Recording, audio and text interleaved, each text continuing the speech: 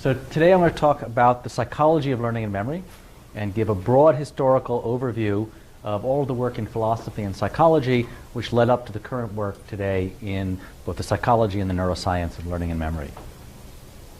So there are going to be 6 parts to the talk. To start with a general introduction, talk about philosophy to psychology, the role of evolution and natural selection and how that work influenced psychology of learning and memory, the beginnings of experimental psychology, the beginning of behaviorism, which sort of took over in many ways as a response to other things that have gone on in the past, the more philosophical approaches, and finally talk about the beginnings of the cognitive approach. And this will sort of set us up to somewhere around the 1980s, 1990s, and then we'll be moving in the rest of the course to some of the more current work. So the introduction, basic topic of this course, of the history of the field, is to ask, what is learning and memory, and why is it such an important field of inquiry? Learning, just to define the differences, learning is the process by which changes in behavior arise as the result of experience with the world, and memory is the record of our past experiences which are acquired through learning. So imagine, to appreciate the importance of learning and memory in everyday life, imagine life without memories. Imagine if your whole world stopped, in terms of your memory stopped as of today, and you could remember everything in the past, but you couldn't learn anything new. So old memories were intact, but new learning couldn't take place, so your memory became fixed. And this is something which happens occasionally when you lose certain parts of the brain. And I'm going to turn, after this, to tell you a little bit about, show you a movie clip for about 10 minutes about the life of a man named Clive Wearing and what happened when he lost the ability to form new memories. And this is just the beginning of a longer documentary on his life. If you're interested, you can go to YouTube and watch the rest of the documentary. See if this works.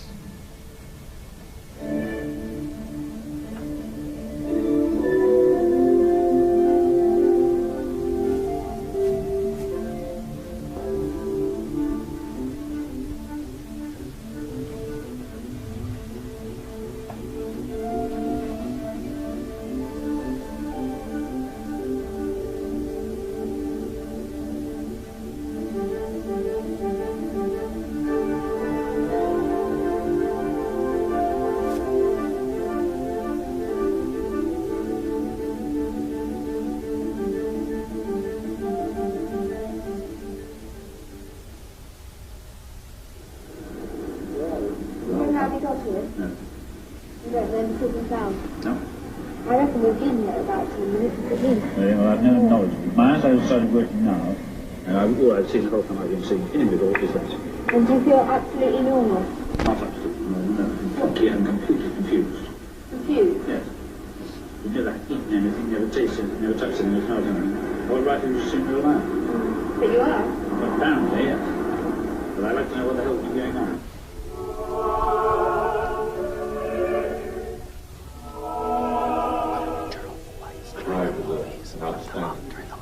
He would take his work very seriously. At the same time, he loved music very much. Clive was a musician of enormous integrity. He was the world's expert on lassos, one of the fearful great composers of the Renaissance. And he also worked a great deal in contemporary music, and chorus master of the London Sinfonietta, which is Europe's foremost group. The music flowed out of him, whether he's singing or playing or conducting. Clive Wearing, through a cruel twist of fortune, shows us how fundamental consciousness and memory are to our lives.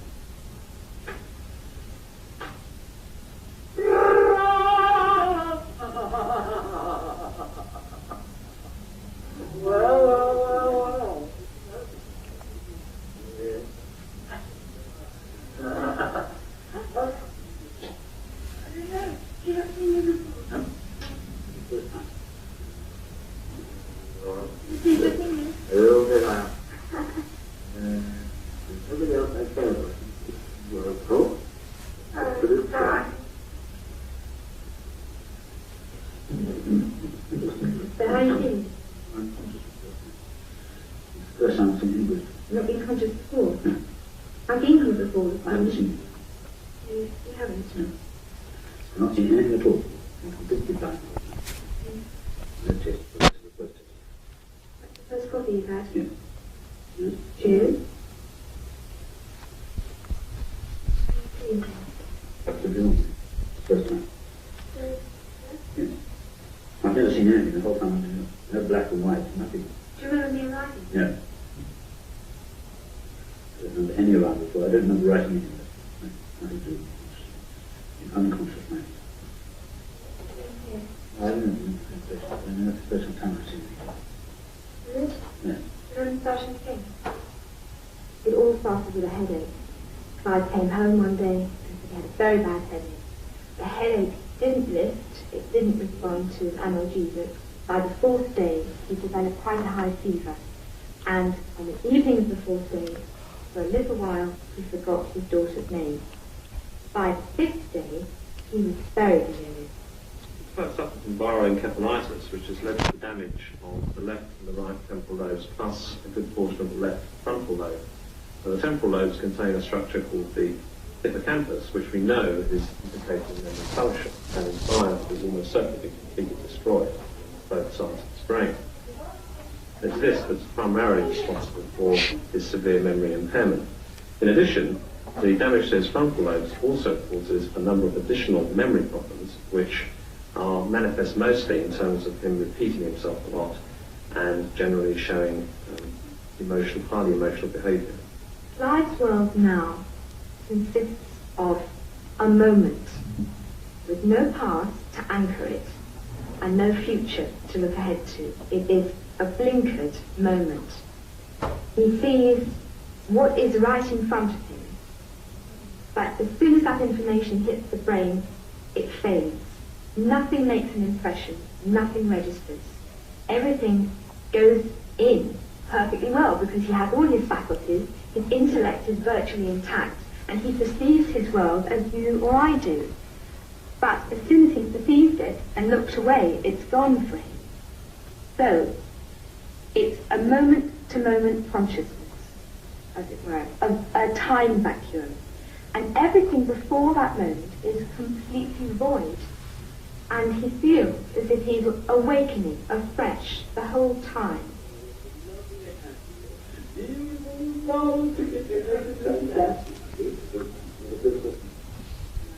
have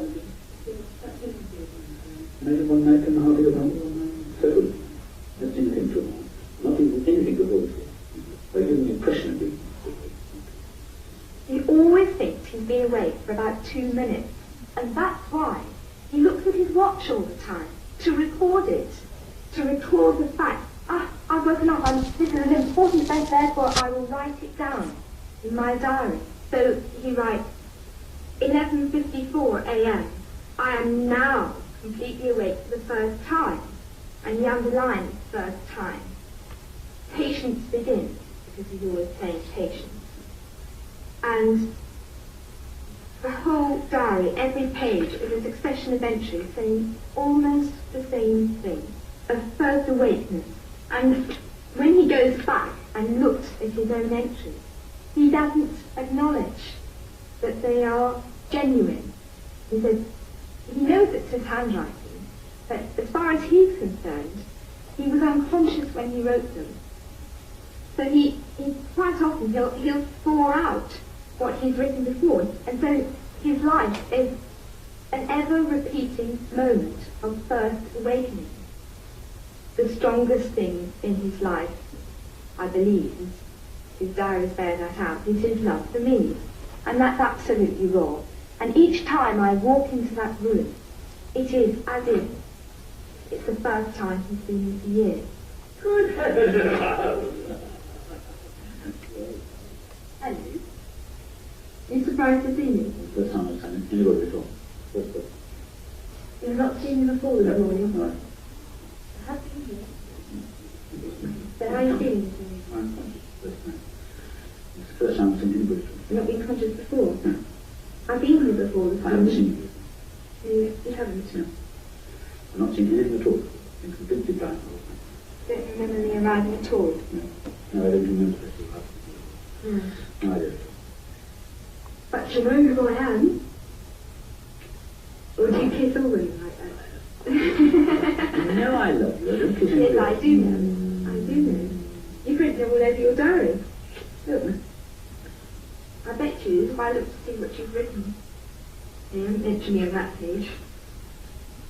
You've mentioned me on this page. I first thought I adored Deborah for eternity. Right? People's entries in the diary are rubbish. What does that mean? No idea. Did you write that? I've never conscious of it now. So ashamed me now for the first time. Is it your handwriting? Yes, it is. I know nothing about it. So how do you think it got there? I do. I ended up saying that. You must. Okay, I'm going to... So, if anybody wants to watch the rest of that or the rest of the whole documentary, it's on YouTube and elsewhere.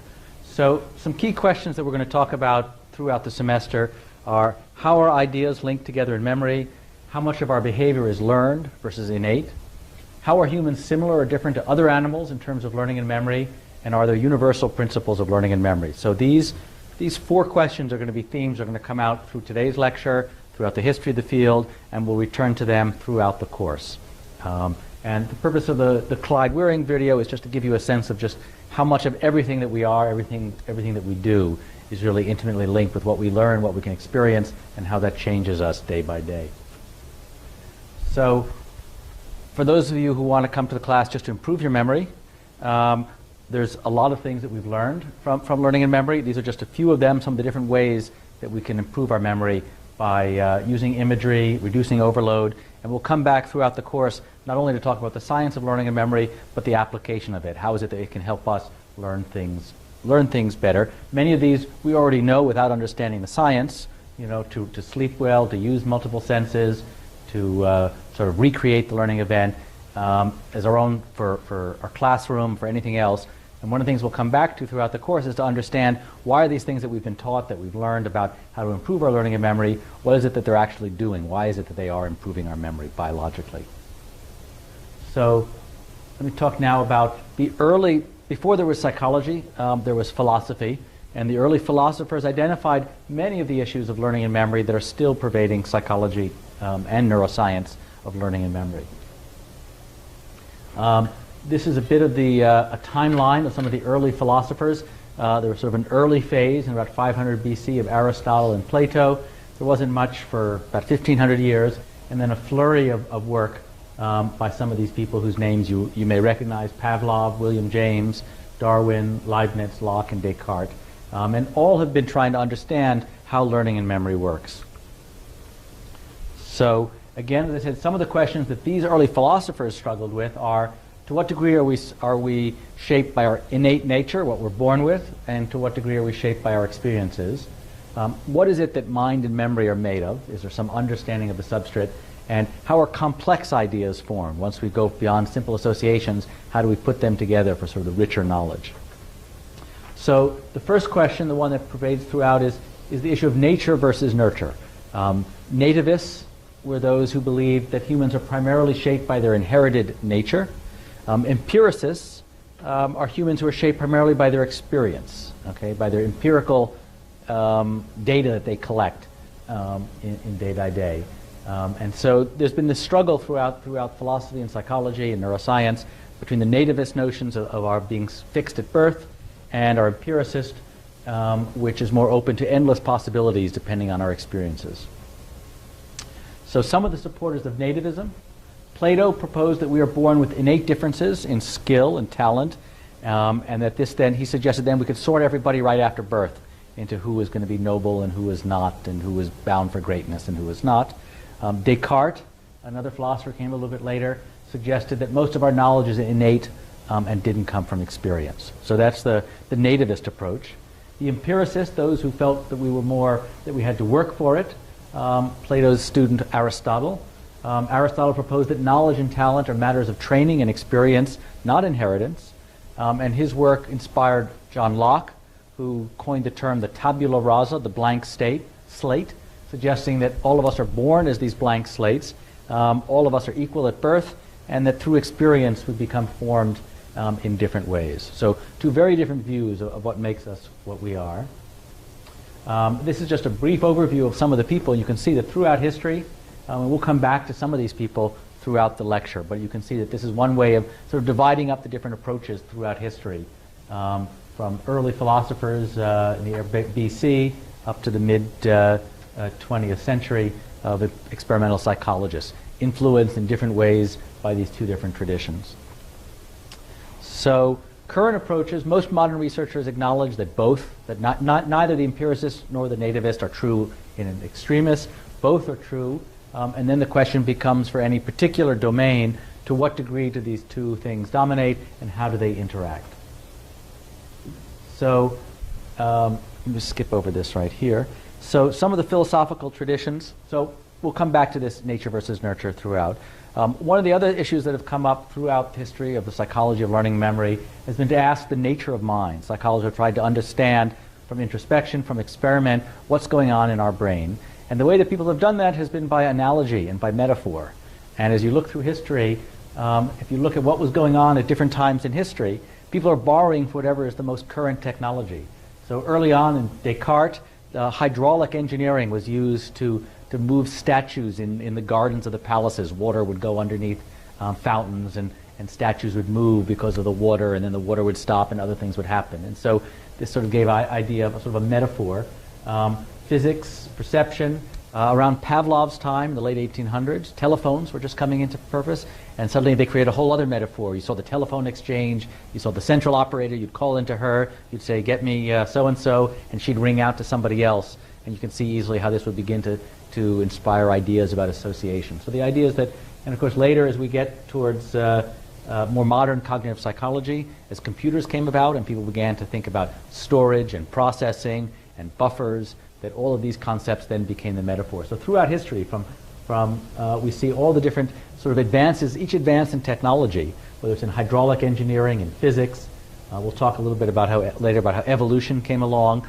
You need to sort of understand what was happening in the psychology of learning and memory and why people were coming up with different ideas and different perceptions. You have to sort of understand what was going on in the rest of the science and realize that as each new wave of scientific and technological innovation came along, people began to sort of borrow from it, both technology, but also as a metaphor for understanding the brain.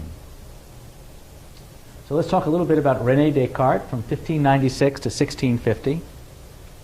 So Descartes believed in dualism. It's one of the things he's most known for, which was that there was both a mechanical body and some supramechanical soul. This is not a course on that supramechanical soul. You need to go to the divinity school to hear about that side of Descartes. We're going to talk about his notions about the mechanical body. And this is a diagram where he described some of the ways in which he thought perception took place. And this is actually a fairly up-to-date conception of perception. Although today we would think of this soul as being a sort of a radical notion, or perhaps an old-fashioned notion, his idea that the body could be understood mechanically. The fact that he sort of said that it wasn't all sort of immaterial soul and so forth, that there really was sort of a mechanical understanding. That was at the time what was revolutionary about his insights. If he had totally ignored the immaterial soul, that would have been heresy. But just adding the concept of trying to understand the brain and the body through mechanics was very radical. And it opened up the beginning of thinking scientifically and mechanistically about the brain and behavior. So to summarize, empiricists believe we're shaped by experience, and the question is, how do we gain such complex ideas from experience? To summarize, Aristotle proposed that ideas are built by rules of association. So the fundamental question is, how do we go through our day-to-day life and learn about the world? And it was Aristotle who suggested that the core concept, the core mechanism by which learning takes place is building up associations. And he suggested that there are several rules by which associations are formed. Contiguity, experiences are near each other in time and space. They become joined together. Frequency, things co-occur together often. And similarity, experiences are similar to one another.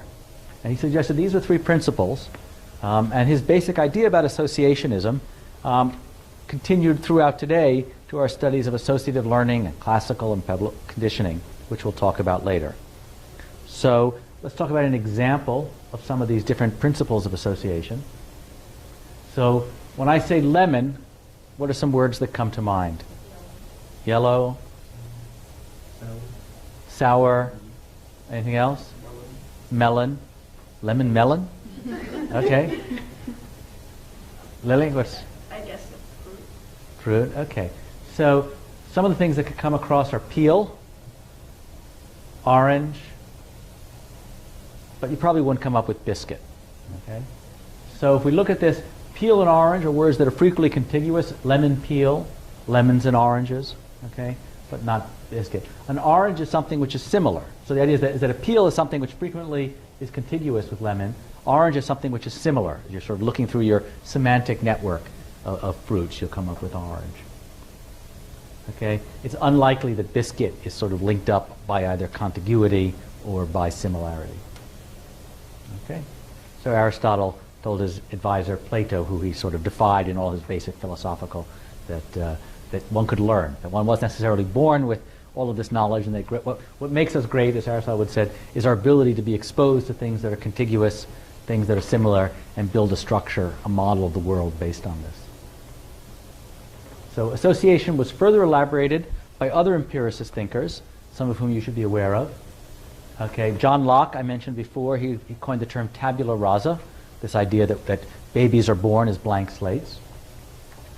And William James, who had a bit of a sibling rivalry with some of his other prominent brothers, was also someone who elaborated these ideas of associationism. And we'll talk a little bit more about some of their contributions next. Okay, so let's talk about William James. Okay, so William James proposed that experience links ideas in memory. And for those of you interested in connectionist networks or neural-like networks, William James is really the father of the whole idea about thinking about networks and how they might emerge in the brain.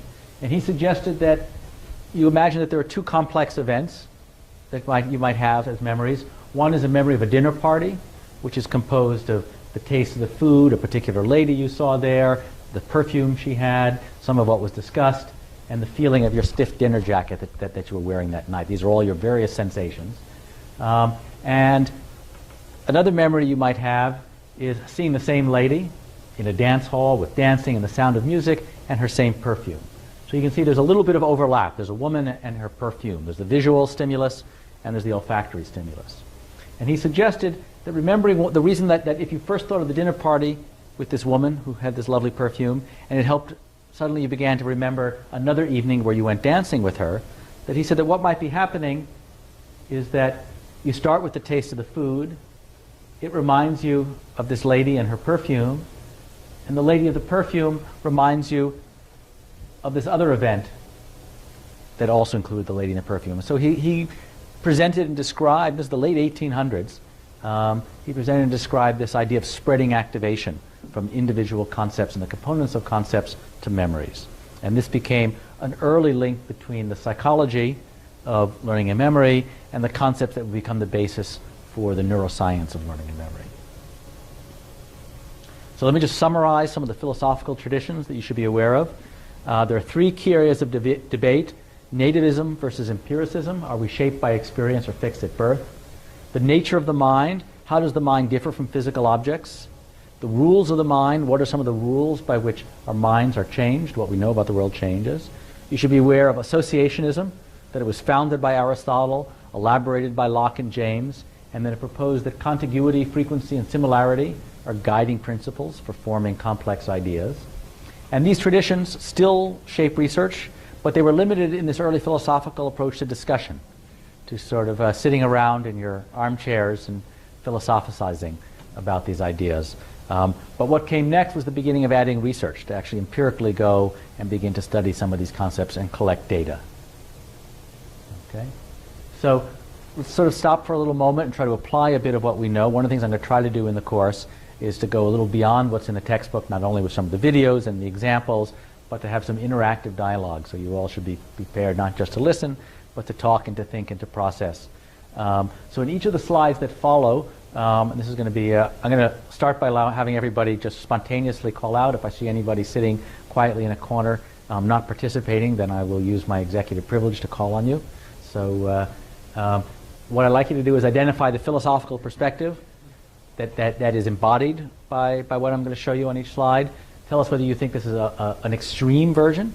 There is, in every philosophy or perspective, there are those who are more extreme and those who are more moderate, and ask what kind of evidence support their claim. So those are three things I'd like everyone to be thinking about for each of these examples, where we're going to try to apply what we just saw to some specific concepts. Okay, this is James D. Watson, who was one of the co-discoverers of DNA. He was the chancellor of the Cold Spring Harbor Laboratories up until 2007. And he made some remarks that were quite controversial at the time. And he said there is no firm reason to anticipate that the intellectual capacities of people geographically separated in their evolution should prove to have evolved identically. Our wanting to preserve equal powers of reason as some universal heritage of humanity will not be enough to make it so. Okay? So what were some of the questions? So is this more of a empiricist or a nativist approach? It's extreme empiricist. So he's an extreme empiricist. You think so? You think he's an extreme empiricist? Does anybody disagree? Jesse? What do you think? Is he more empiricist or nativist? And why do you think he's a nativist? Well, because it's difficult. No. Right. Right. That should be a clue. This is a guy who discovered DNA, which is sort of the essence of our nature and how it's passed on. So people's philosophical views are intimately intertwined with their own professional and personal and historical and socioeconomic backgrounds. Mohammed, do you want to... Definitely whatever he says that it should prove to have evolved identically, and then he's definitely thinking about something that is built to him. Right. So he's very much a nativist. Yes. And extreme. So John Watson was someone we'll talk about a little bit later. He was originally a prominent psychologist. He got into a scandal with his wife and his mistress and everything else, and wound up being forced out of academia. He wound up having an affair with a woman while married to a very prominent wife from a very prominent family, and he got forced out of university. And so he took all of his psychology that he had learned, and he went to Wall Street and revolutionized the field of advertising by bringing psychology and questionnaires and psychological approaches to advertising, and wound up making 10 times as much as any of the people who fired him. So he wrote, "Give me a dozen healthy infants, well-formed in my own specified world to bring them up in, and I'll guarantee to take anyone at random and train him to become any type of specialist I might select, doctor, lawyer, artist, merchant chief, and yes, even beggarman and thief, regardless of his talents, penchants, tendencies, abilities, vocations, and race of his ancestors. I am going beyond my facts, and I admit it, but so have the advocates of the contrary, and they have been doing it for many thousands of years." J.B. Watson, 1924. Okay?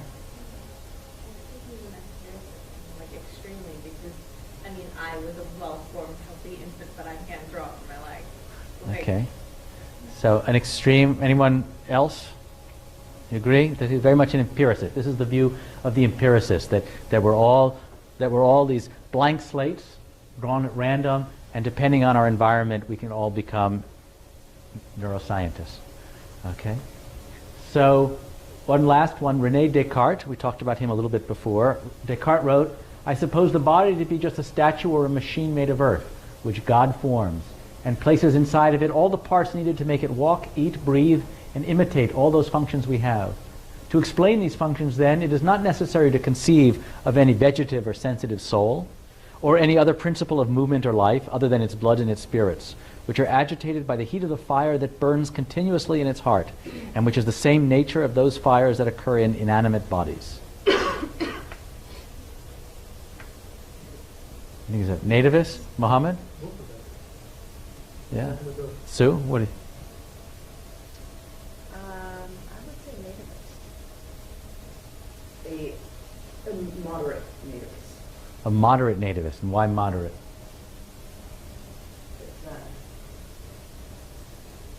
Right. Well, he really doesn't. I mean, he talks about all the things that are inbred to beginning by God, he says, all these basic functions. But he doesn't also say anything as extreme as Watson about the fact that these can't change once they're there. So he sort of suggests that there's an awful lot that's innate, but he doesn't rule out the possibility that empirical experiences will change. Okay. Let's skip over this here. that's good. So that's giving a sense that we can see that not everybody breaks down so easily into one camp or the other, but thinking about their perspectives can help us understand something about their perspective on the research they're doing. The next sort of phase of history that I want to talk about happened in the late 1800s, and Charles Darwin. I'm assuming just about everybody here has heard about Darwin and knows the basics. But let me tell you a little bit about, sort of review some of Darwin, and then talk about some of the ways in which Darwin's work, since this is not a course on natural history or biology, some of the ways in which Darwin's work influenced the psychology of learning and memory.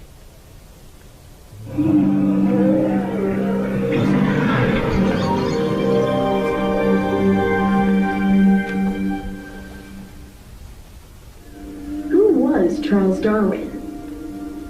Charles Darwin was an English naturalist who was fascinated with nature. But not an ordinary naturalist with an ordinary fascination with nature. Hello? What are you doing here? Why such beauty when no one can see? In 1831, Charles Darwin was only 22 when he began a 5-year voyage aboard the British ship HMS Beagle to explore, observe, and study the natural world. The Beagle sailed throughout South America and to remote places like the Galapagos Islands off Ecuador. Darwin later wrote that he felt like a blind man being given sight.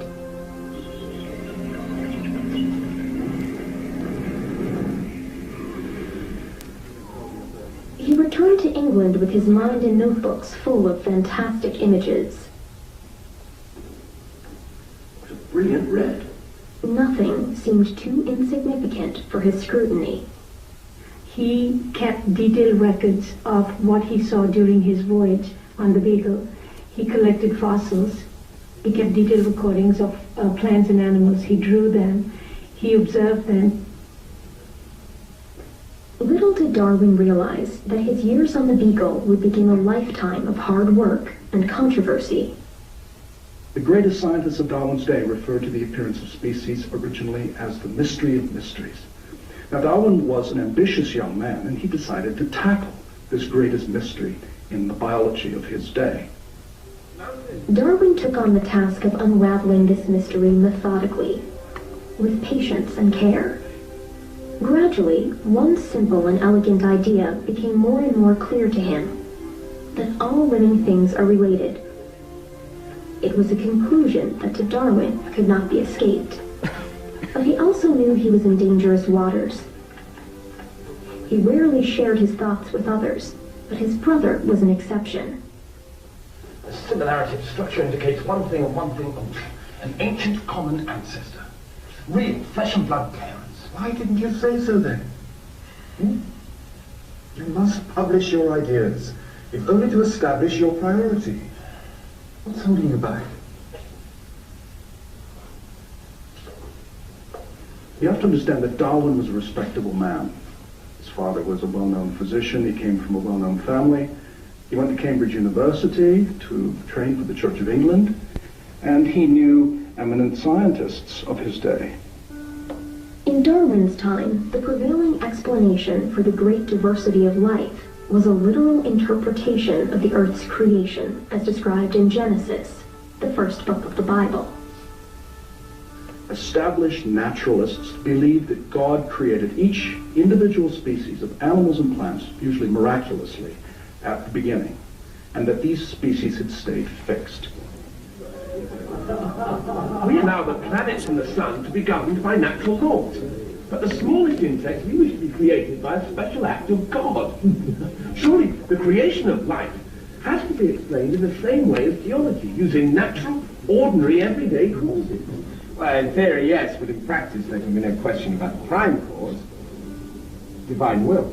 Shouldn't men of science be free to investigate each and every means by which new species come into being? If by that you mean wild accusations about man's ancestry, the answer is no. He was doing something highly unorthodox in his day. Not unorthodox because it went against the church per se, but because it went against all of natural history in Great Britain.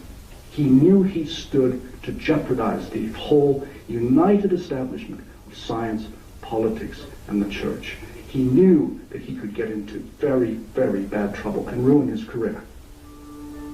And yet Darwin also knew the evidence he gathered and the tests he conducted supported the revolutionary idea that living things are related and have changed over millions and millions of years.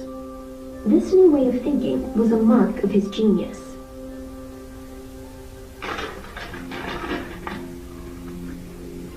It took Darwin 23 years of work to overcome his own doubts to finally present his ideas to the world. His revolutionary book, The Origin of Species, introduced a scientific theory to explain how evolution occurs. He called his mechanism of change natural selection. Darwin had the courage to go against what was believed in those days, and it changed the world in a profound way. One of the remarkable things about Darwin's contribution that is, I think, too seldom appreciated is he didn't just tell us how we got here. He told us, in a sense, why biology makes sense. The sequences of our genes, the structures of our body, and even our instincts in terms of behavior all make sense and all tie together because of evolution. If I were to give a prize for the single best idea anybody ever had, I'd give it to Darwin for the idea of natural selection. Ahead of Newton, ahead of Einstein, it was Darwin's great stroke to see how to unite the facts about the excellence of design of all the different species. He understood that what he was proposing was a truly revolutionary idea. In Westminster Abbey, there is an area called Scientists' Corner. There, in the company of that other revolutionary scientific thinker, Sir Isaac Newton, lies Charles Darwin.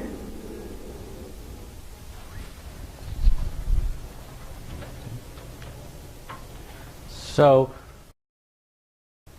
brief summary of Darwin and evolution. So evolution is the theory that species can change over time and that all existing species are descendants of a common ancestor. And a lot of people mistakenly think, when they hear theory of evolution, they misinterpret it. They think theory of evolution is a theory that evolution occurred and that Darwin was the first to propose that evolution occurred. And that's not the case. In fact, the idea of evolution had been around for a long time, and one of the earliest proponents was his grandfather, Erasmus Darwin, who had studied the natural world and had seen this and proposed that animals evolve. So evolution had been around for a long time before Charles Darwin came around. What Darwin proposed as a theory of evolution wasn't a theory that evolution occurs, but a theory of the mechanism by which evolution occurs. Okay, so a common misconception when people hear theory of evolution. Okay, so let me just go back here a little bit. So one of the pieces of evidence that Darwin had studied were these finches, and what he found was that out in the Galapagos Islands, on each of these little islands, the finches had evolved in a way that was sort of highly distinct. So depending on where they got food from, how they could sort of live, the finches had evolved different size and shape beaks that were uniquely adapted to whatever particular island they were on. Okay, so how do species evolve? This was the theory of evolution, a theory of natural selection. And so natural selection is the notion that inheritable traits that produce reproductive advantage become more common in a population, leading over time to changes in existing species and even the creation of new species. So in these finches that Darwin had studied off of the Galapagos coast, there was an inheritable trait, which is beak shape. Okay, there was a natural variability that these beaks could be born from any particular mother of different shapes and sizes, thin or thick, and different shapes improved access to insects, which would have a thinner beak, okay, or the ability to crack nuts, which is a thicker beak. And you could imagine that if initially there was sort of a variability in beaks in any population, that those that landed on an island with lots of insects, that those with the thinner beaks would survive and breed, and you'd wind up with an island that has lots of finches with thin beaks, and those finches that wound up on an island with a lot of nuts, that those with the thicker beaks that were born by random variation would survive and propagate and would begin to sort of permeate the society. So that was the basic idea. So one of the keys is that this natural selection is this idea that these certain traits, by sort of a random distribution, become advantageous and then propagate more likely. And so a key ingredient for natural selection isn't just inheritability of traits, but variability. Okay, you need to have variability in something like height. Okay, it's an example. It's something which is inheritable. Okay, tall parents, tall children tend to come from tall parents, although not exclusively. And there's a wide variation in height across a population or even within a family. The Darwin family, as I mentioned, that the idea of evolution predated Charles Darwin by many years, including many contributions by his ancestor Erasmus Darwin. A cousin of Charles Darwin, continuing this family tradition, was Francis Galton, and he developed a variety. He was interested in this inheritability. It's not surprising, being Darwin's cousin, Charles Darwin's cousin, and Erasmus Darwin's nephew, that he believed in evolution. Let me just ask, so the theory of evolution, do you think this plays more into the, supports the empiricist or the nativist approaches? The empiricist? Okay. How do you see the?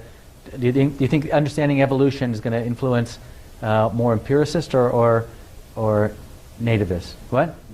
And why is that? It's more natural. It's survival of the fittest. Well, natural. I mean, natural is like, you know, food or what's. I think it's more nativist only because it can't be empiricist, because whatever experience you have isn't going to be passed on. Say I cut my leg and I get a scar, that's not being passed on to my son. So by default it moves towards nativist. Okay, right. So it provides a strong mechanism, and Galton had two reasons to believe in it. Partly it was sort of the family tradition, and the other was he saw that the Darwin family and the Galton family were so prominent and accomplished that they must be special somehow, and the specialness must be part of what he had inherited through his cousins and through his grandfathers and so forth. So coming from a prominent and successful family, it was natural to assume that he had been blessed somehow by something nativist. And a lot of his effort, a lot of his work was to sort of understand these mechanisms of evolution and how they applied. And to do this, he wound up sort of on the side inventing a lot of the statistical methods and tools that we use throughout science, particularly in psychology and neuroscience. He was the one who first brought up a lot of the scientific and statistical methods by which we study variation. It was he who noted the bell curve, a term that's sort of been used throughout to understand distributions. And he was also known today for founding the eugenics movement. The eugenics movement was essentially, at the time, in the 1800s, it was a very respectable, so Darwin came out late 1800s, and people began to ask, how can we take evolution and use it to better society? Okay, and the idea of eugenics was essentially applied evolutionary theory. How can we apply evolutionary theory to improve mankind? And there were two different threads to this. One was sort of positive eugenics. How do we get the best people to breed more and populate? And how do we, and sort of negative eugenics, how do we take those people who are at the low end of the bell curve, and how do we prevent them from breeding? There were many people, the president of Harvard and Eliot's and the presidents. It was a very sort of prominent, it was sort of an exciting idea to take this new scientific method and think about it as a mechanism. And it was very well accepted and prominent, but it began to sort of lose prominence when it began to become abused. It became the basis for mass sterilization of people with sort of mental retardation or even sort of putative mental retardation. There was a famous quote about 3 generations of imbeciles is enough. That came from a judge who enforced mandatory sterilization in a family. And then during World War II and the Nazis, their whole effort to both sterilize and wipe out Jews and other parts of the population in Europe became sort of the most extreme and disreputable example. So eugenics as a whole sort of became very disreputable, and Galton, as a result, as sort of the proponent of it, early proponent of it, his name became quite highly associated with it. So let me ask you just a question today. Is there still evidence of eugenics? here? Do we see it? Do we still see it? Obviously, the forced sterilization and the eliminating of the under races we don't see as so prominent. But do we still see aspects of eugenics? Designer babies or the desire therefore. So when you say designer baby, what do you mean? Basically, going into fertility and reproductive places and right. So screening out for Down syndrome, very commonly done. You screen in utero and abort a fetus that has Down syndrome. That's certainly eugenics. That's sort of parts. Any other examples of eugenics that survive?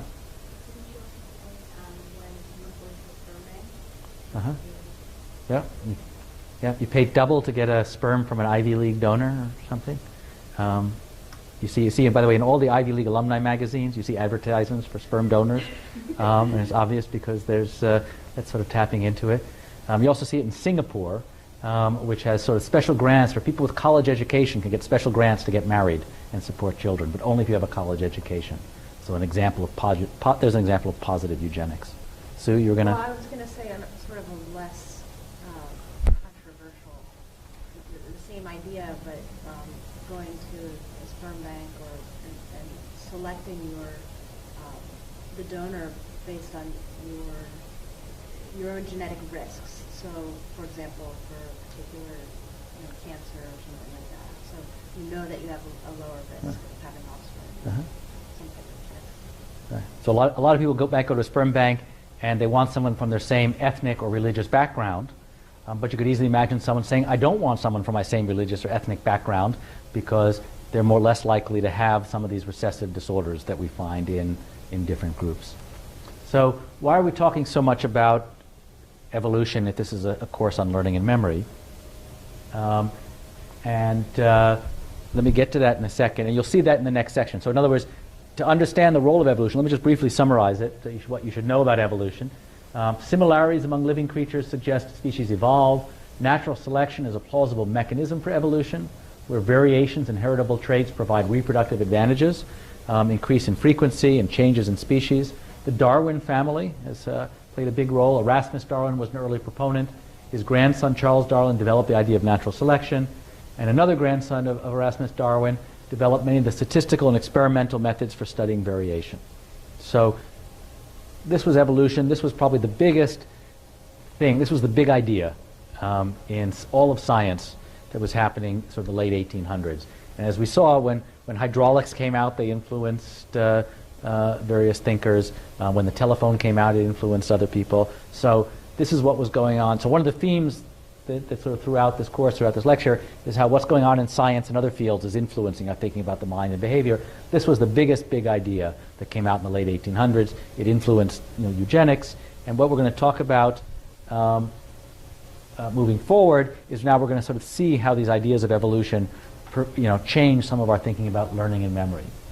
Let me just skip over some of this. I'll skip over that. So Ebbinghaus was a poor postdoctoral student, okay, and he did not come from an esteemed family like the Darwins,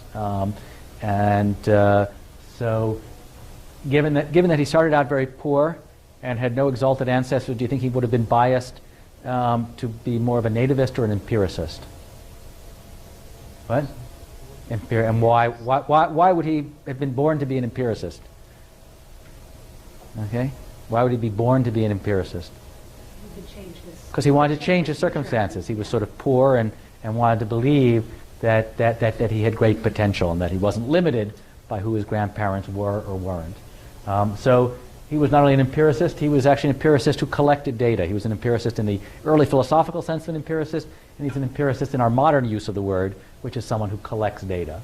And he really developed the basic paradigms for experimental psychology in terms of manipulating an independent variable, okay, where we observed an outcome on a dependent variable. So an independent variable is one which you manipulate, okay, which you can independently change.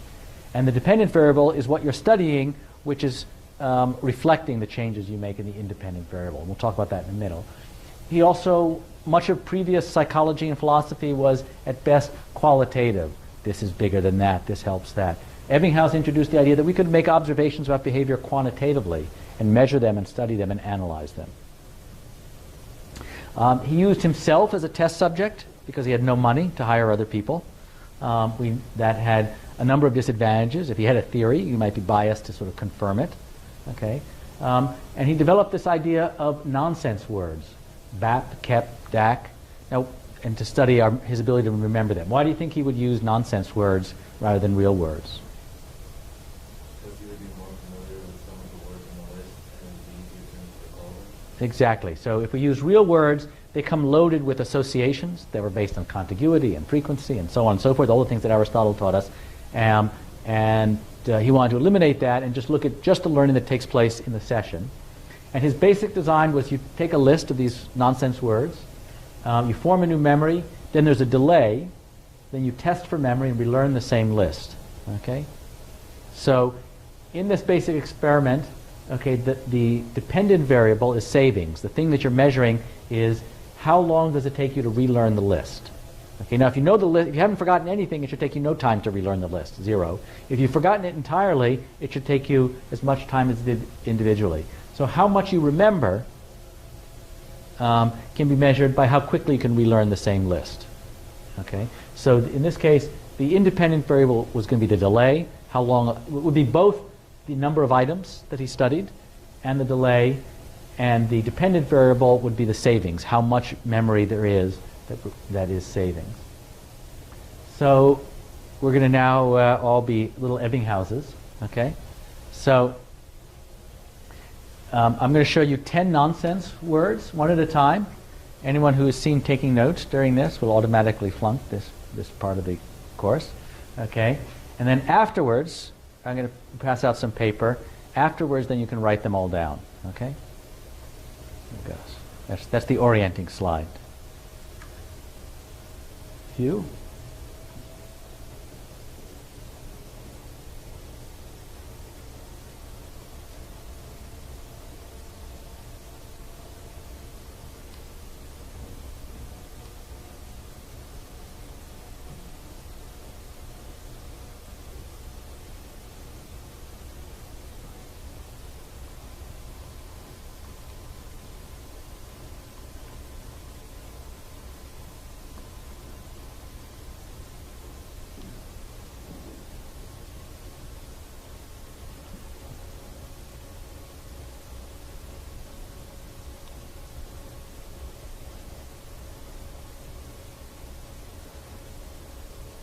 Okay. Got this? I've got little pieces of paper for everybody. We'll pass these around. Does anybody not have a pen? I have extra pens. I'll pass those. Pass those back. Does anybody need, you got a little piece of paper passing back. You should hold on to these pages of paper, by the way. Does anybody need a pen?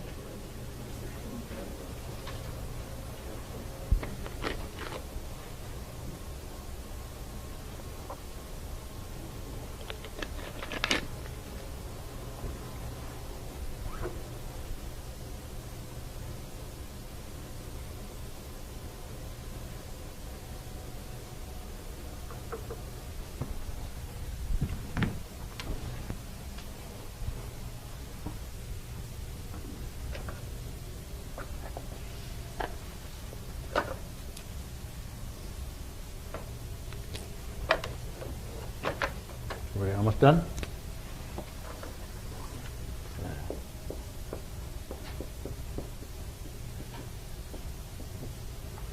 Okay. All right, all set? Okay. So now check yourself. Okay, now this is a self-grading exam.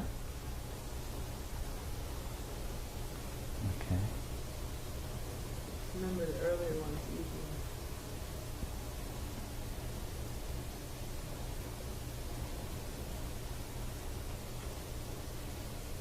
Okay. All right. So let's see how many people got. So how many people remembered just one? Okay, nobody. How many people remembered two? How many got three? Okay, we got 1, 3. How many got 4? 1, 2, 3. 1, 2. How many got 5? 1. Okay. 6. Oh, 1, 2, 3, 4. 7. Anyone? Oh. Okay. 8. Anyone got 8? 9. 10. Okay. So anyway, so we can see here. So there's a broad distribution, but we saw that there's a fair amount of people who got sort of 6 and 7. Okay. So that's the kind of study that Ebbinghaus did.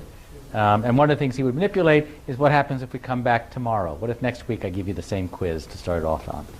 Okay. So this is sort of what some of the data looked like. He described an exponential forgetting curve, exponential because that's the kind of equation that would fit this. He said that immediately, and we did an immediate thing, people were doing pretty well. Okay, now we just measured total number to recall. The way he would measure it is he would see how many times, how long it would take you to learn the list again after some delay, and he would often look at delays in hours, and we're up to 800 hours, so many, many days. And what he saw was that there was this very rapid forgetting. Okay, and he showed, and what he was interested in is he showed how time and practice and spacing that seem general to memory across the animal kingdom, all of these different effects can interact with how we learn.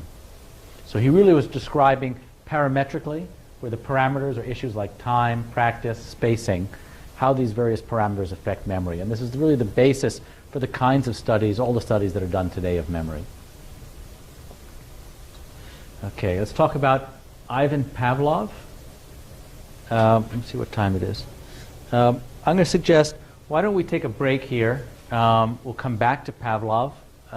So it's 4:30. We've been here for about an hour. Why don't we take a 10-minute break, and then we'll come back and we'll pick up with Pavlov and his salivating dogs. Lucy? Testing? Okay. So now we're back with Ivan Pavlov.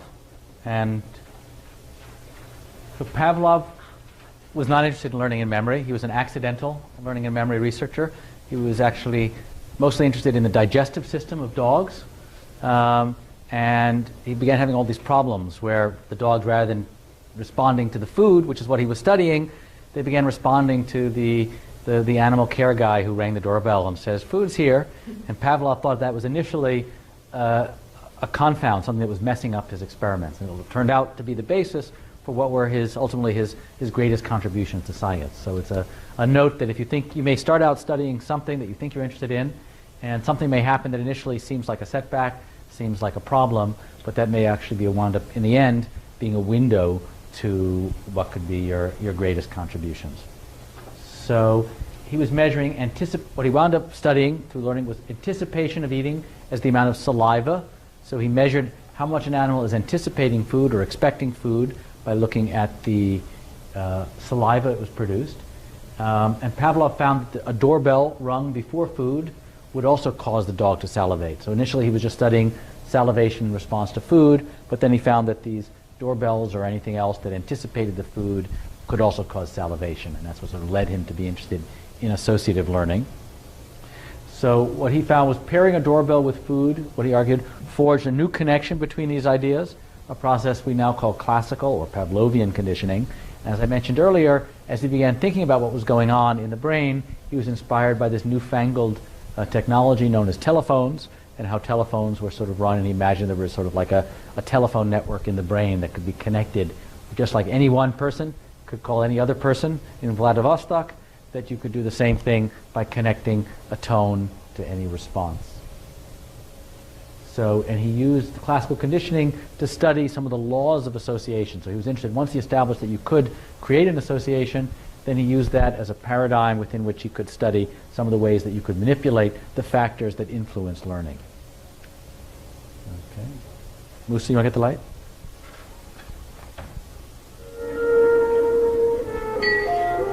Pavlov's aim was to discover what caused saliva to flow. He rerouted the salivary ducts to the outside of his dog's cheek so that he could collect and measure the spittle. Perhaps, he thought, the production of saliva might be the result of a fixed nervous reflex, like a knee jerk. 5 минут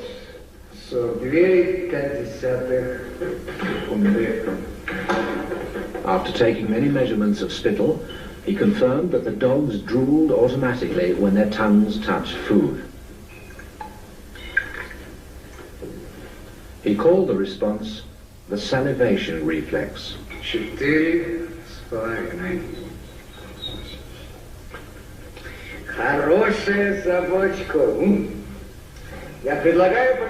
But his work started to run into trouble. As his dogs became familiar with the experimental routine, they started to fill their cheek tubes before Pavlov had a chance to stimulate their tongues. The dogs were learning to anticipate food. Pavlov tried a new technique.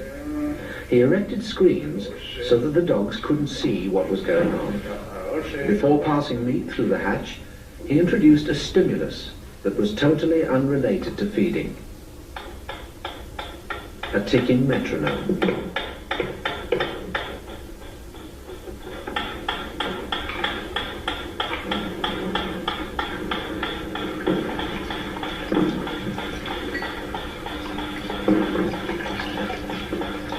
At first, the dog dripped saliva into its cheek tube only when the food appeared. But after a number of trials, the dog began to connect the ticking with the arrival of meat.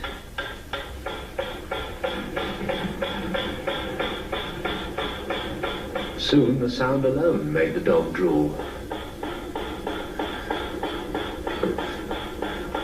Eventually, the dog salivated as much to the ticking itself as it did originally to the presentation of food. Полная! Идите сюда. Что я говорил? He called this new response the conditioned reflex.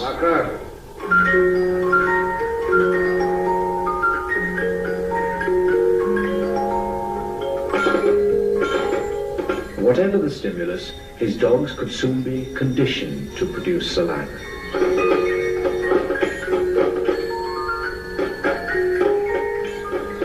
Pavlov believed that he had discovered how animals learned, even in the wild.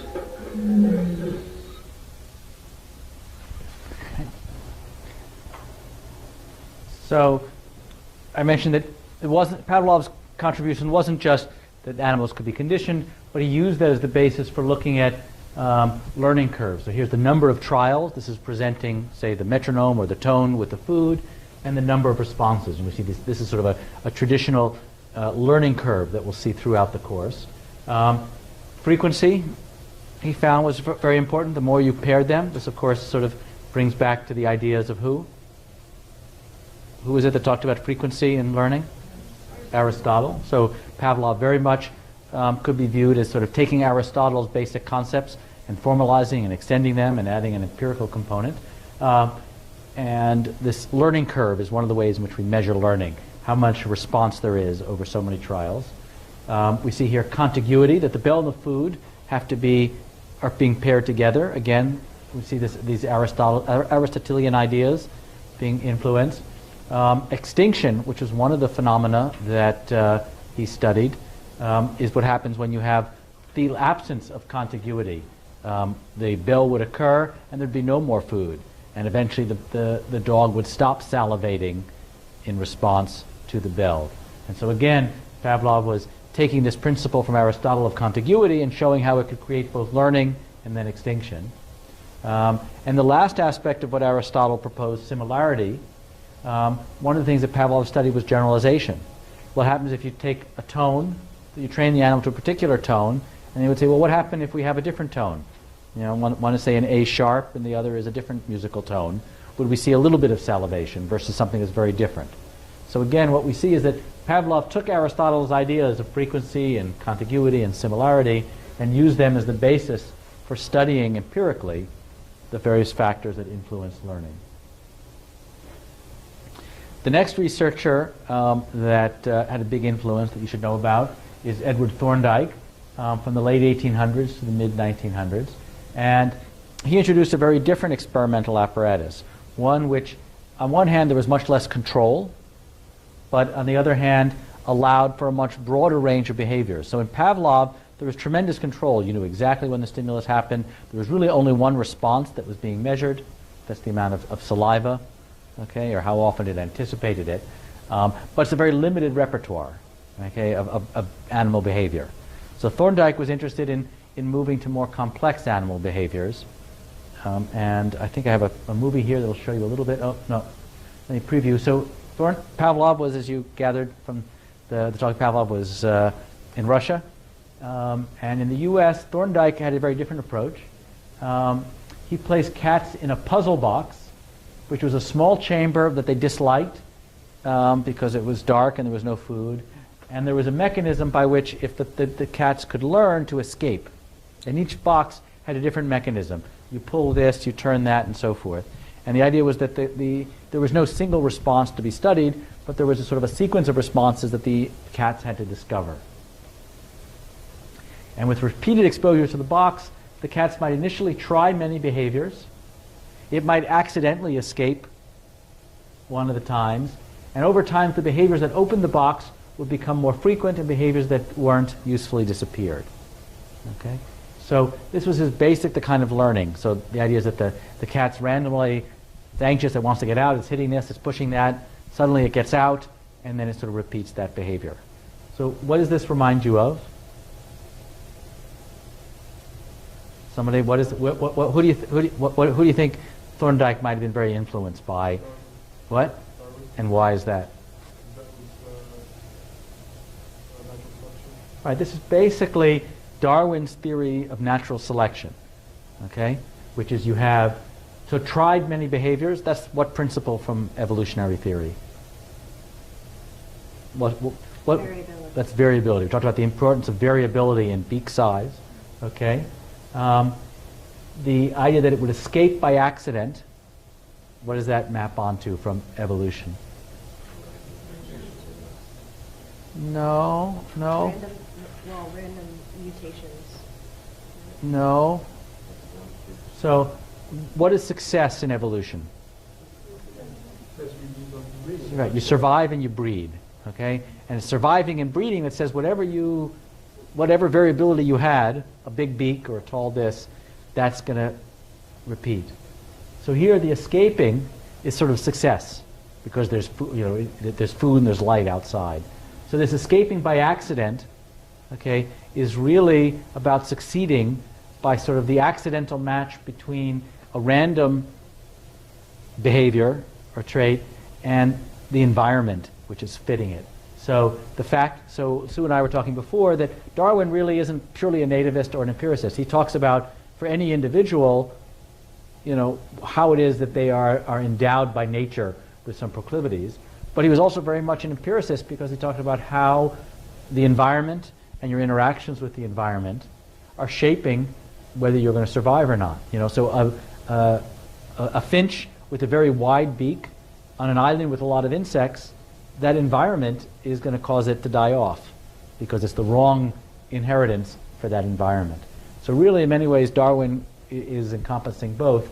So here, what we're seeing here is the accidental, in some sense, just like in Darwin, the accidental interaction between having the right kind of beak, because of just random variation, and having the kind of nuts on that particular island that makes you successful. In this case, the cat's random swiping of a paw accidentally matches exactly the kind of lever that survives. So this behavior of randomly swiping its paw might not work on another box, just like a certain beak won't work in another island. Okay? And then the repetition is that the things which survive, the animal repeats. So this is one of the ways in which evolution became very influential. And one way of thinking about evolution and learning, and the reason why I spent so much time talking about evolution, is in both cases we're adapting for our environment, okay, but at a different time scale. So evolution is sort of adapting for a particular environment, the sort of the general, trying to find sort of the general optimal beak size, height, and so on and so forth for anyone born on that island. And it's sort of it's shifting our sort of innate proclivities. And learning may often be working by some very similar mechanisms to evolution at certain levels, but it's then fine-tuning us from the point of birth to our particular unique circumstances. And so it's very interesting to think about evolution and learning as part of a continuum, where evolution is adapting one to sort of what one might happen after birth, and learning is sort of fine-tuning what you've evolved through natural selection to one's particular circumstances as a neuroscientist or a doctor or something. Okay? Just like Darwin talked about the law of natural selection, which says if you have variability and certain things survive or lead to survival or lead to food, they get repeated. That was sort of the idea of natural selection. Thorndike talked about the law of effect, which is essentially a theory of natural selection as applied to learning. Behaviors with positive effects are repeated. Just like in Darwin, traits which lead to survival become repeated through procreation.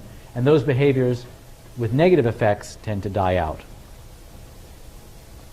And as we've talked about, he linked learning as being a fine-tuning process that has some of the same goals as evolution and perhaps some of the same mechanisms and principles, but operating at a different scale. But how is a new skill learned? That was a question which began to fascinate Thorndike. To answer it, he built some ingenious puzzle boxes from which cats could only escape by operating latches. And in you go.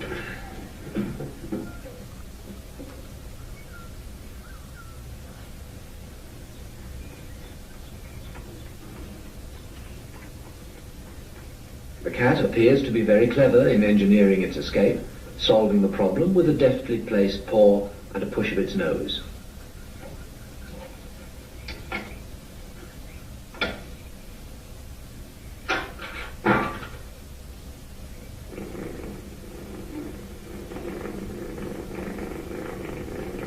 But Thorndike didn't believe that an animal, even a clever cat, understands the consequences of its behavior.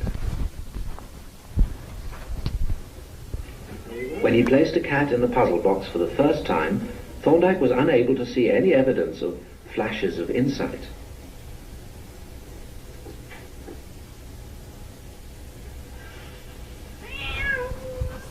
The successful actions appeared first by chance. He proved that the apparent cleverness arose by trial and error, and used graphs to measure the rate of learning.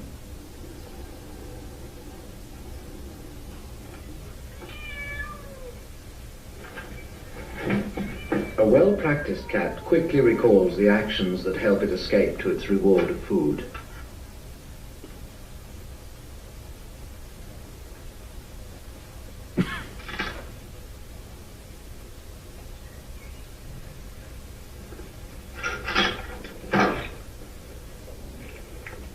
If an action brings a reward, Thorndike believed that that action becomes stamped into the mind.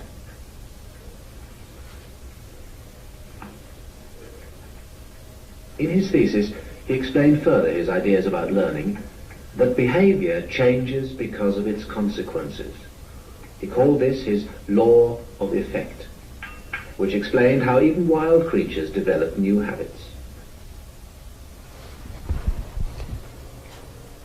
So let me pull to the close our section on experimental psychology. There are three innovators who bridged between philosophy and scientific approaches to learning and memory. Ebbinghaus, who began the self-study of savings on learning nonsense words. Pavlov, who introduced the laws of association with classical conditioning. Thorndike, the law of effects in cats with puzzle boxes. Some of the key advances, not only in understanding learning, but in studying learning and memory, included the experimental approach, so moving beyond philosophy, but to actually collecting data. Quantitative methods, going beyond qualitative and philosophy to actually computing numbers, and Galton and others led the idea to use statistics. And an evolutionary approach, looking at the similarities of species, both thinking of evolution in two ways. One was as evolution as a metaphor, or natural selection as a metaphor for learning, with the idea that certain behaviors, you have the survival of the fittest behaviors. But also looking at evolution with the idea that if we've evolved from animals, or we've evolved from common ancestors to our animals, then perhaps some of the mechanisms of learning that are seen in animals will give us insights into mechanisms of learning in humans. So we see evolution in two separate ways. One in terms of as a theory that can be applied or adapted to talking about a theory of learning, but also because it provides a rationale for saying these mechanisms of classical conditioning that we see in dogs, if we and dogs have some common ancestor, then perhaps those same mechanisms that we study in dogs will give us insights into mechanisms in humans. And that, of course, is where we get all the tradition of animal research in neuroscience and elsewhere. So let's talk about some of the things that you should be thinking about. What are some of the strengths and weaknesses of Ebbinghaus's self-study approach? So why is that a problem? Okay, bias. So he might have a particular theory that he wants to prove, and he might unconsciously. He may have a particular type of memory that's not. Right, and he also may. So one is he may have his own bias. He believes in Ebbinghaus's theory, of course, whatever it is, and the other is he may just be. He may not be representative. He's an N of one. Okay. Any other? Oh, no. I was going to say that he gets used to his own experiments. Right. He's a professional subject. Okay. What makes research design experimental versus correlational? If only experiments can determine causality, why ever conduct correlational research? Does somebody want to explain the difference between experimental or correlational? Mohammed, you want to? Experimental research is the type of research that you do whenever you manipulate an independent variable and witness the changes in a dependent variable. That usually is linked to that independent variable. Okay. Usually it implies causality, this type, which is a true experiment. Correlation is that you're observing two variables that are changing over time and trying to correlate, to link the change in one variable to the other variable. But it does not really imply causality. Right. So the experimental approach is obviously more powerful inferentially, but it's not always practical. There are a lot of situations in the world where it's not practical or ethical to be doing experimental manipulations, and we have to begin to get insights from correlational. Both Thorndike and Pavlov studied non-human animals. What are some of your thoughts about, what are some of the limitations of this for understanding human learning? Jaman, you want to? Yeah, I mean, because it's useful for understanding humans, but maybe we can say it's not exactly like humans, so this is one point. Uh-huh. So there are differences between humans and so what are some of the advantages or disadvantages? Lily? Well, I guess the advantages would be that you can kind of manipulate the environment of non-human animals. You can, whereas with humans, you can't really do that. I mean, Right. We probably couldn't put children in those boxes day in and day out for many weeks going. Let's move on for a second because we've got a lot of other things to cover. So I want to talk now about the next phase of psychology, which is called behaviorism. Okay, but before you can understand behaviorism, very often when we look at something in the history of science, we say, well, what's such a big deal about that? Or that's obvious. But to really understand the importance or the relevance of a particular approach in science, you really have to understand what was going on before that. What did it replace? So before talking about behaviorism, which is the next big phase, let's talk about what was going on before then. The dominant school of psychology was Freudian psychoanalysis, which saw human behavior as primarily irrational and driven by subconscious forces. The methods were dream analysis, introspection, authority, debate. There was only human studies because you couldn't really, you couldn't do a psychoanalysis of a dog and ask what was going on. It looked at human motivation as being subconscious drives. Although it was very influential, in many ways it was also ridiculed by the hard scientists. It lacked objectivity, replicability, infighting among different analysts, and very hard to sort of assess what was going on. So this was sort of what all of psychology was, this very introspective, Freudian, European. Freud came out of Vienna, and in many ways it was very much in line with the philosophical approaches, where you sort of philosophize about ideas and you think about them. And it didn't seem to be connected to the increasingly rigorous sciences of chemistry and biology and physics. And so behaviorists sort of grew out of a response to Freudian psychology, to this very introspective, subconscious philosophizing, as an attempt to bring psychology back to science. And so there were a number of key figures that we want to talk about. And one is Watson. We discussed him earlier before, okay, as one of these. Was he a nativist or an empiricist? And then very much an empiricist, okay? And he said, let's focus on behavior. The other is Clark Hull, and he said, let's be quantitative. He introduced a lot of the idea of mathematical modeling and equations, which led to a lot of our cognitive psychology and computational. And B.F. Skinner, who said, let's wear lab coats. B.F. Skinner really introduced a lot of the rigor of the laboratory. Okay, and these three researchers, in many ways, they sort of skipped over the Freud. They were responding to Freudianism. They tried to take psychology out. Now, you can imagine in academic departments where you had all these Freudians, and then you had these behaviorists. You can imagine faculty meetings were interesting. Okay, this was a major schism where the Freudians sort of viewed these people as having nothing to do with human behavior, and these behaviorists, or nothing to do with human mind, and the behaviorists thinking that the Freudians were just sort of alchemists of the mind, and that they needed to dissociate themselves from that tradition in order to be part of the sphere of science, of natural science.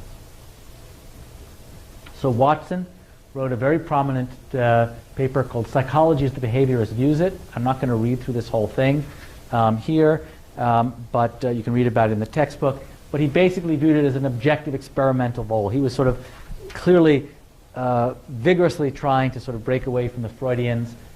It's all about behavior. It's all about the prediction and the control of behavior. He wasn't interested in your id or your ego or what happened with your mother or why you were anxious, okay? All he cared about was what he could measure, because that's what a scientist does. You know, a physicist, a chemist measures. A physicist doesn't ask about what's the motivation of a chemical, okay, or what's going on inside. All he cared about was what he could see and measure, and he believed that was sufficient.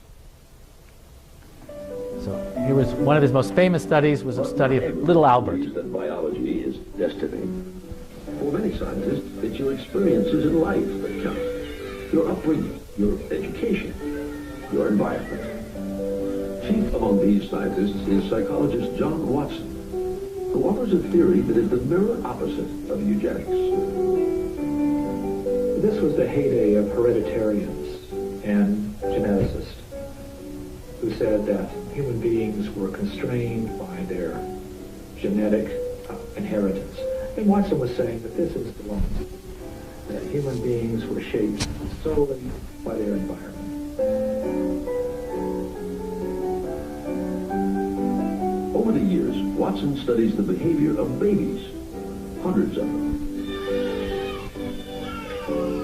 To Watson, we arrive in the world of blank slate, tabula rasa. Nearly everything is learned. Even things we think are instinctual, like fear. To prove that environment is more powerful than genetics, Watson designs an experiment for an infant known as Little Albert. He's so confident, he films it for posterity. At first, Albert shows little fear, even when Watson places a burning newspaper in front of him. Albert is also unafraid when he encounters a white rat for the first time in his life. But then Watson shows Albert the rat accompanied by a loud clanging noise. One of the few things that upsets little Albert. And he does it again. And does it again. Eventually, Albert learns to fear not just the rat, but all furry things, even without the loud noise. In Watson's mind, the Little Albert experiment is a success because it proves that fears are learned, not inherited. Watson calls his theory behaviorism and begins to popularize it. He urges parents to take active control of their children's upbringing by shaping their environment. To think of the home as a scientific laboratory. But Watson's interest in childhood is purely professional. He didn't like children much. He referred to them in one of his many statements as always squalling and shouting and dirty and wanting to be fed and sort of a nuisance. It's clear he didn't particularly like them in his own environment, but he felt that the good of a society required shaping individuals right from day one, and to do that right from day one, you have to start with the babies. As unique as self-promoting, Watson gathers a wide and appreciative audience, which holds in high esteem any scientific thinking on the subject of child rearing.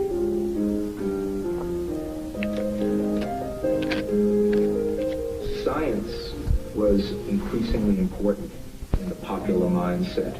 If science said something, if scientists tested, if scientists experimented, well then it must be so. But the appeal of behaviorism runs deeper.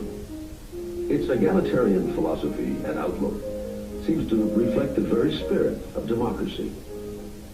Watson was the voice of the American dream.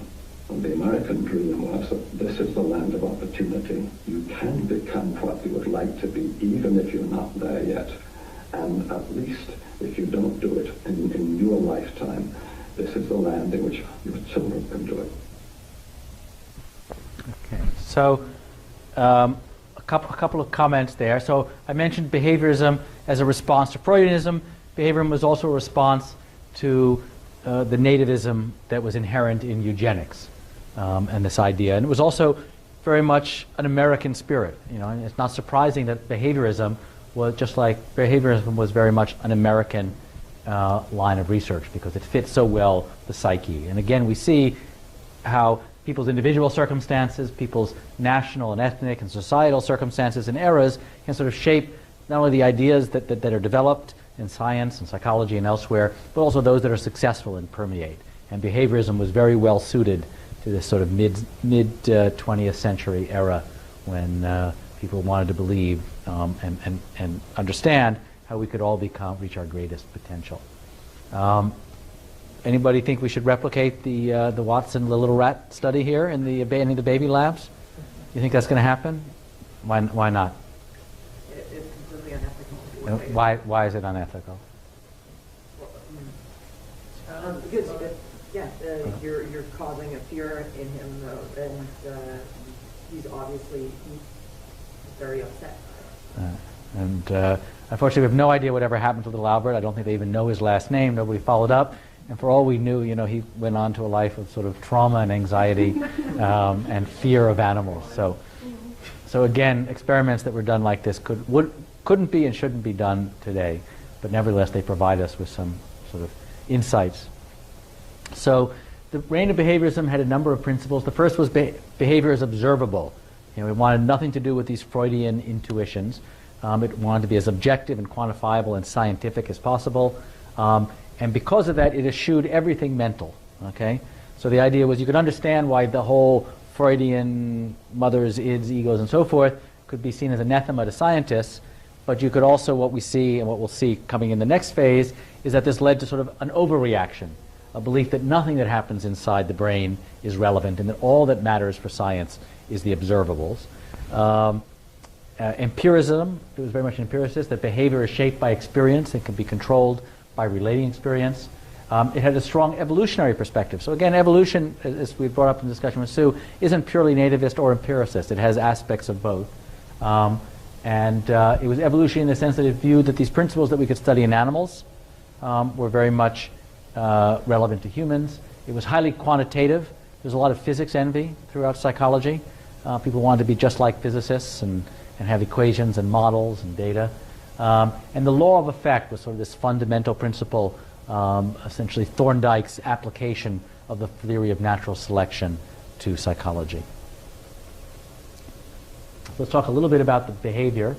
So as I said, behaviorism was a response to Freudianism, where you have a stimulus, there's a subconscious desire for pain, and you have a response. Behaviorists said, ignore what's going on inside. Just go from the stimulus directly to the response. Okay? That whatever was happening inside was irrelevant. Okay? B.F. Skinner developed what he called a Skinner box.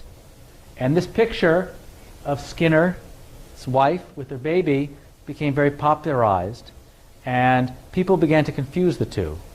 This is one of these things where so Skinner had written Skinner was in, I think, Wisconsin for a while. I know in Indiana, very cold winters, always had to swaddle up his baby, and so decided the baby would be much happier if he built a sort of a warm enclosed crib. Okay? And that's what this is. His wife with this warm enclosed crib that allowed the baby to be free, not be swaddled with all sorts of clothing. At the same time, and there was lots of articles he wrote about sort of child rearing, and this sort of, what was essentially an enclosed crib. At the same time, Skinner was developing studies of pigeons that had rewards and punishments and so on and so forth, which became the Skinner box that we know from the kind of experiments that are done today. People in the public eye confused the Skinner box from the laboratory with these photos and stories about the enclosed crib that he created for his child, and then conflated them and imagined that Skinner had raised his daughter in one of these sort of pigeon-like boxes where she had to peck lights for food, and she had to hit levers, and she had to do 100 pecks before she got a food. And so they just created this whole mythology that became from people conflating the laboratory boxes for studying pigeons with what was essentially an enclosed crib for his daughter. And there became rumors that his daughter had committed suicide and that she had become psychotic and so forth, all of which was nonsense. So this is not a Skinner box, but this is Skinner's daughter, who went on to become very successful and have a healthy life. The Skinner box is an operant conditioning chamber for automated response learning. It's in many sense, it was the successor to Thorndike or to Pavlov. Okay, Thorndike, because what Skinner was studying was boxes where an animal could do anything it wanted, and certain responses would be reinforced. So in Thorndike, there's a very complex set of behaviors, and there was one thing that would get you out. Skinner tried to take that idea and simplify it, and it looked a bit like this. So this is a Skinner box. Can pigeons read? This one gives every indication, because it's been taught to distinguish between two words and to behave appropriately. He's learned his different response to each sign by being rewarded with food. So the bird isn't acting independently. Its behavior is shaped by controlling its environment. The first task was to isolate an individual piece of behavior and see how that could be changed. Skinner did this by keeping individual pigeons at about 3/4 of their normal weight, so that the birds were always hungry, and food could be used as an automatic reward. The pigeon was studied in a uniform box, one it quickly grew used to. One piece of behavior, pecking a coloured disc, was measured on a graph.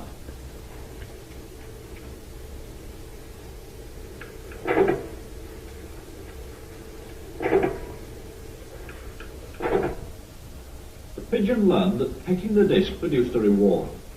Then the behavior of pecking could be studied in relation to how often that reward was offered, or in Skinner's terms, what was the schedule of reinforcement. The main thing is what we call schedules of reinforcement. Reinforcement is what the layman calls reward, and you can schedule it so that a reward occurs every now and then when a pigeon does something. We usually use a response with a pigeon pecking a little disc, a little spot on the wall, and you can reinforce with food. But you don't reinforce every time, perhaps every 10th time, or perhaps only once every minute or something like that. There are a very large number of schedules, and they have their special effects. There is a good example of how you can move from the pigeon to the human case, because one of the schedules is very effective with rats or pigeons is what we call the variable ratio schedule, and that is at the heart of all gambling devices and has the same effect. The pigeon can become a pathological gambler just as a person can. Now, the fact that we found that out with pigeons and could prove it by removing and changing the schedule makes it easy for us to interpret the case with the human subject. We don't say that the human subject gambles to punish himself, as the Freudians might say, or gambles because it feels excited when he does so. Nothing of the sort. People gamble because of the schedule of the reinforcement that follows, and this is true of all gambling systems. They all have variable ratios built into them. So what we've learned from the pigeon, it made it possible to interpret this vast field very effectively. Where does that leave free will? Because we all think we have a choice whether to do things or not to do things. Yes, but you see, it leaves it in the position of a fiction. We have assumed somehow or other that these internal states, feelings, and so on, have initiated something. They have started something. They have created. We have done something in a voluntary way. We have willed to act. If you now look at the actual history, we find that there are external reasons why this has happened. In other words, by discovering the causes of behavior, we can dispose of the imagined internal cause. We dispose of free will as an American divine of the 18th century, Jonathan Edwards, did. He said, we believe in free will because we know about our behavior, but not about its causes. And of course, it's the object of the science of behavior to discover causes. And once you have found those causes, there is less the need to attribute to an internal act of will, and eventually I think the need to attribute nothing to it. So, look at the light. So that was Skinner, hugely influential, and he was influential in two ways. One is he introduced the notion of schedules of reinforcement, which you referred to there, the idea that different frequencies of reward that come and reinforcement for different sorts of behaviors will allow you to sort of chart the expected progress of learning. And we'll talk more about all of these things. This is sort of a broad overview today. We'll talk more about Pavlov in the section on classical conditioning later in the semester. We'll talk more about Skinner and operant conditioning later on. So this is an attempt to sort of cover many of the figures of the people who we'll see later in the lecture, later in the course, but to see how they all sort of relate to each other in a broader thematic way. The next person who was very important, it was sort of a transition from behaviorism. Behaviorism was this very, as I said, sort of vigorous response to Freudianism and to eugenics and so forth, that tried to eschew the sort of the mind. But there was a transitional figure named Tolman who began to sort of suggest that maybe there was a little bit more going on than just stimulus and response. So Tolman's research, what he did is he had rats that would explore in a maze without any response. So there was no reinforcement, there was nothing. And then later on, when they were placed in the maze and there was a particular goal box that they could get to, he found that they actually learned about how to navigate around. So the idea was that Tolman was studying how rats have this innate tendency to sort of explore their environment, so that in some future circumstance, where, for example, the direct route to get from here to the food, which is what it might have previously done, if that's now blocked, the rats that had been exploring the maze would know to go like this. So the point is, even if they had been exploring the maze without any food, there was something innate learning. So Tolman was suggesting, first of all, that we have a natural tendency to create models of our environment, mental maps, he called them, okay, or cognitive maps, and that we do this in the absence of any explicit reinforcement, as if we are innately being rewarded by building models of our environment. Okay, and that was very influential for the later development of cognitive psychology. So Tolman argued that his results indicate that something happens between the stimulus response. It wasn't just, as Pavlov or Thorndike or Watson said, stimulus only response. The rats wanted something, food, and it would create this cognitive map, which was a mental layout of the maze in order to get that. And suggested that we're always trying to learn about our environment so that we can then use it in ways that we may not be able to anticipate. So let me sort of summarize behaviorism. Behaviorists work to make psychology more scientific and objective. They had, as I referred to, physics envy. They focused on objectively observable events, stimuli, and responses. They adopted an evolutionary approach inspired by Darwin in many different ways. They searched for mathematical laws of behavior that would apply to humans as well as other animals. Tolman, though, began to suggest that this approach, although very rigorous and scientific, might be limited, and we might need to reintroduce, with caution and care, the idea that there are mental events that can be studied. And some of these figures are Watson, who named the movement, Hull, we didn't talk much about, who focused on mathematical models, and Skinner, who became a leading public intellectual. As I started to say, part of the reason Skinner was so influential was not only that he sort of developed this whole rigorous paradigm, but he wrote numerous books and was very much a public intellectual who wrote about how these Skinnerian principles could lead to a new utopian society, one where positive societal behaviors could be influenced, shaped by the laws of psychology, and we could create a more effective society, a more effective individual. So his influence was a combination of his scientific work as well as his willingness and tendency to go out and write books and speak publicly. So let's sort of try to apply what you know. So throughout the course, we're going to try to, one of the things I want to try to do in these lectures, beyond sort of summarizing what's in the textbook, is give us all an opportunity to interactively talk about taking what we've learned and not just recite it back, who is who and so on and so forth, but apply it. So we'll see throughout the course sort of these apply what you know. So let's talk about love. That's always a favorite topic. It's defined as to sort of to hold dear, to cherish, to feel a lover's passion, devotion, or tenderness, to like or desire actively. So what would a behaviorist find this unsuitable? Okay? Those are all things that you can't measure. Right, very hard to measure that. Imam? Or to see overtly.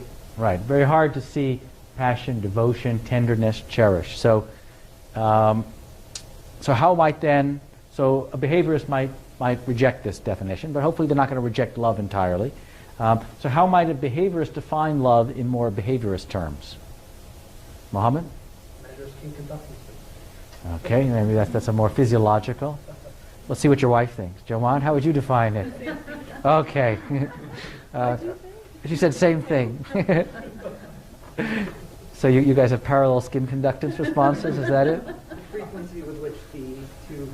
Okay, so exactly, very good. So an objective is looking at behavior. You might measure, for example, how often Mohammed and Joman are in the same room at the same time. Okay? You might look at their proximities. We might take, for example, behaviorists might take, okay, we've got 15 people here. Let's sort of measure how often they are within 10 feet of each other and look at this graph, and we might say, Mohammed and Joman, they are, they have a higher frequency of contiguity. Okay, a physical, spatial, and temporal contiguity. They're in the same place at the same time. They must be in love. Okay? Maybe it's not the most poetic definitions, but it's a definition that would satisfy Aristotle as well as Skinner. Okay, let's move on. Okay, you guys all remember those things? Did you throw away those other slips of paper? No? Okay, let's turn them upside down. No cheating. Now let's write again. We've had a delay of about an hour. How many of those 10 words can you write down?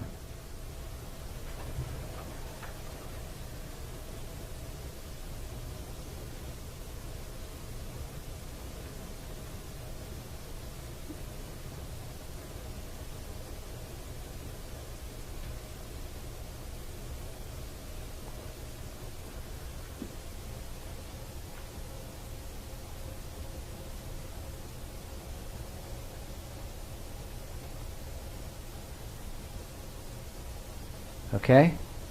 Time's up. It's a time thing. All right?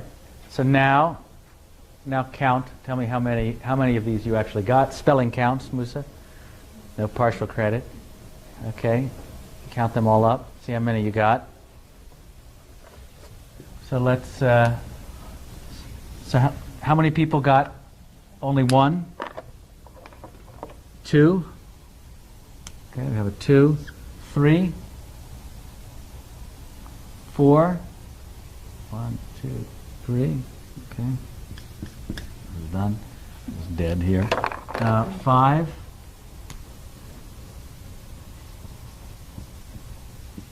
Okay. 6. Oh, definitely recruit the guy from NJIT. 7. Wow, 2. Any 8s? 9s, 10s. So if we look at this graph here, what we can see is a bit of a shift to the left. Not much. There's awful lot of retention here. Okay? But we definitely see that there's sort of a shifting to the left to fewer. So over time, so we've just seen here the effect of another parameter, the delay of retention. Okay? And not surprisingly, the more you delay, the less you are recalling. So I'm going to wind up at the end. This is going to be the last section of this lecture. We're going to talk about 3 key figures in the cognitive approach, and that's really what's the basis for sort of modern research in learning and memory. There's Bill Estes, who was my undergraduate advisor at Harvard. He was a student of Skinner. He defied Skinner, and he began his career as very much a behaviorist. He developed the conditioned emotional response paradigm in Skinner's lab that was and which became one of the predominant behavioral paradigms for studying fear conditioning. World War II intervened. Estes went off. He became the commandant of a prisoner of war camp in the South Pacific. It wasn't very taxing. His wife, Kay, was sending him math books, and he became fascinated by mathematics and the idea of doing mathematical models, and essentially created the field of mathematical psychology. Skinner looked at him wistfully. He was once Skinner's most promising behaviorist. Skinner described Estes's proclivity for searching for mathematical models of internal events as what Skinner called Estes's war injury, that it was sort of something that had happened to him when he was out in the South Pacific in the sun too long, and he became deluded and lost from the behaviorist path. Skinner, when I was at Harvard, both Skinner and Estes were there again at the same time. They came back to Harvard. Bauer, who was my graduate advisor at Stanford, my PhD advisor, was a very influential figure in sort of building of cognitive psychology. I don't know if he'd say behaviorism is wrong, but he showed that there were many more subtleties that came from some of the limitations. And George Miller, who died just in the last year or two, was here at Princeton, was famous for beginning to look at applying information theory that was coming at the time. Miller was born in the 20s. This slide's slightly out of date. He just died. Of looking at information theory and the mathematics of it to understand memory, particularly working memory, and particularly had suggested that there's a very fixed capacity that's about 7 plus or minus 2 for the number of things that we can keep in mind at any one moment. So these three researchers became prominent in the push to sort of reintroduce mental processes. We went from Freudianism, where everything was mental, to behaviorism, where everything was behavior, to cognitive, which sort of swung the pendulum back and began to say we can look at mental events, we can begin to talk about them as relevant variables in a sort of a careful and methodical way. So cognitive approach focused on mental processes that can't be directly observed but can be studied objectively. It came about really in the 50s and the 60s when computers were just being introduced, and just like the telephone exchange influenced Pavlov in the 1920s and hydraulics influenced Descartes a century before, computers with their storage and their buffers and their processes and their software and their hardware became not only a tool for building computer experiments, but a metaphor for thinking about the mind. There was a nuanced evolutionary perspective. Humans are related to other animals. So Skinnerians just viewed humans as being just like big rats. Okay, that everything that you could do, Skinnerians, but behaviorists, sort of viewed that everything that humans do is really just a product of the mechanisms you can see in animals. Okay, the cognitive perspective said, well, there's sort of something special about humans. They're built out of animals. A lot of the principles that we can study in animals are relevant, but there's something in addition to these basic animal-like principles of associative learning that's unique and added in humans. And cognitive psychology developed to try to understand that what it is that made humans unique cognitively. Modeling and simulation, I said computers played a role not only as a metaphor for how the brain might be working in terms of the different components of a computer mapping onto different components of the mind, but they also played a role in being able to simulate, being able to build models, computer models that allowed us not just to have, from behaviorism, we had simple algorithms, equations that tracked stimuli and responses, little linear equations or sometimes slightly more complex equations. Modeling and simulation with computers allow people to go beyond simple mathematical models and build computer simulations that allowed you to see how many interacting components might be working. And cognitive psychology brought to fore what Tolman began to bring out, which is that there's more than just the law of effect. We don't just do things because we're rewarded and punished. We have intrinsic motivations, one of which is that we are intrinsically curious and motivated to learn. Okay, the rats, let alone in their maze, with no motivation, will learn their way around the maze and use that elsewhere. We're also intrinsically motivated to learn. So let's talk a little bit about mental processes which can't be observed. Okay, now let's go back to this figure here. Remember, the behaviorist said the stimulus, the response, ignore this part. The cognitive approach argued that we can't ignore the mental process. But our mind is not just the id, the ego, and the superego, which were these very sort of philosophical notions, but rather they're processors that filter, categorize, compare, and plan. Okay, so filtering, categorizing, comparing, and planning are all the kinds of things that you can imagine building computer programs to do. And so the cognitives came back and said, let's pay attention here, but let's think of it not in terms of these Freudian concepts, but in terms of computer-like concepts. So, and these are some of the things that computers do, that people do, and that even if we couldn't measure them, now when we talk about neuroscience, we can begin to actually measure and see some of the evidence of this. But at the time the cognitive psychology was beginning, these were sort of inferred intermediate concepts that allowed us to understand something about the complex relationship between stimuli and responses. I mentioned George Miller. Miller tested what we call digit span. He'd read a list of letters. There'd be a short delay, and a participant tries to recall the whole list. Now, who does this remind you of? Ebbinghaus, right. Now, Ebbinghaus would have a long list, okay, and would often come back, we saw 800 hours later, okay. In Miller's case, these were shorter lists, and they do immediate recall. Okay, so let's all read these letters. 1, 4, 5. Okay. Now recall it. 1, 4, 5. Okay, great. So all of you have a digit span of at least 3. Okay. Now 8, 12, 3, 11, 10, 42, 6, 3, 8, 10. 8, 12, 11, 10, 33. Okay, we start to sort of, the first couple get fine, then we sort of dwindle off. Okay, so Miller suggested that in a wide variety of situations that the digit span represents an overload of a memory system, okay, and that it had a capacity of about 7 items. And he showed that this magic number 7, as he called it, appears in a broad variety of situations as essentially the limit on what we can keep.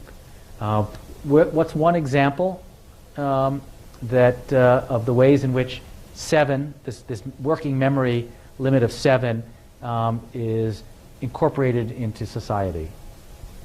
Exactly. Now nowadays we just kind of like push a button and we don't know anybody's phone number, not even our mother's.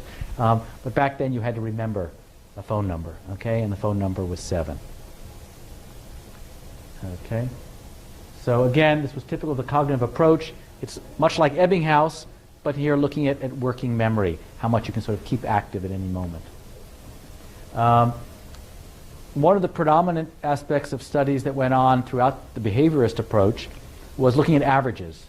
And that's easy. You get 100 pigeons, you record a lot of data, you average them, and you get all these learning curves. And all these theories of learning from the animal perspective, from Hull and Skinner and so forth, talked about the incremental learning that goes on. And the incremental learning, if you look at the number of trials and the percentage correct, this is your typical learning curve, it's pretty much just sort of gradually moving up. Okay, but it's an average. And Bauer suggested that these sort of behaviorist learning curves, which talk about incremental changes in associations, might actually be masking something much more cognitive going on at an individual level. And he suggested the curve looks gradual because, in fact, it's the average of many individuals, each individual who may look nothing like this. So it brings up an important question when you're looking at average data, which is, does an average person look like any particular individual? So here you may have, it's possible that each person, has a certain, gets a little bit better and a little bit better and a little bit better gradually across time. But in many cases, what Bauer found was that you see dramatic switches from poor to good performance at a single trial. So a single individual may actually look nothing like this. They may be completely clueless, and then they get, aha, they solve a problem and they get it.